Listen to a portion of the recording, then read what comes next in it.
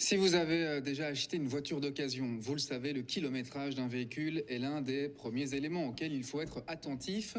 Or, de nombreux sites spécialisés proposent aujourd'hui en vente libre des bloqueurs qui empêchent votre compteur de tourner.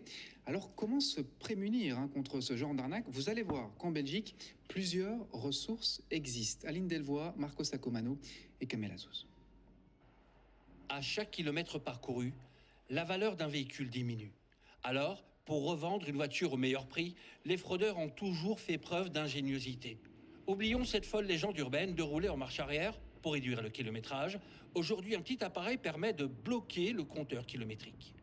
On retrouve d'ailleurs de multiples modèles en vente libre sur Internet. Dans ce garage, l'électronique n'a de secret pour personne, et encore moins les voitures truffées de technologie. Si le compteur a été trafiqué, il est possible de connaître le kilométrage réel auprès des professionnels. La clé mémorise, enregistre continuellement le kilométrage du véhicule.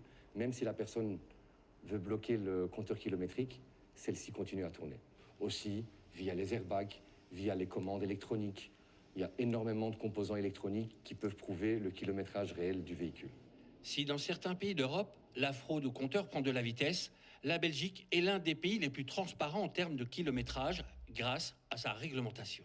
Tous les professionnels en Belgique ont l'obligation d'introduire tous les travaux effectués dans le CARPAS et évidemment le kilométrage du véhicule. L'année dernière, 1411 cas de fraude ont été identifiés en Belgique.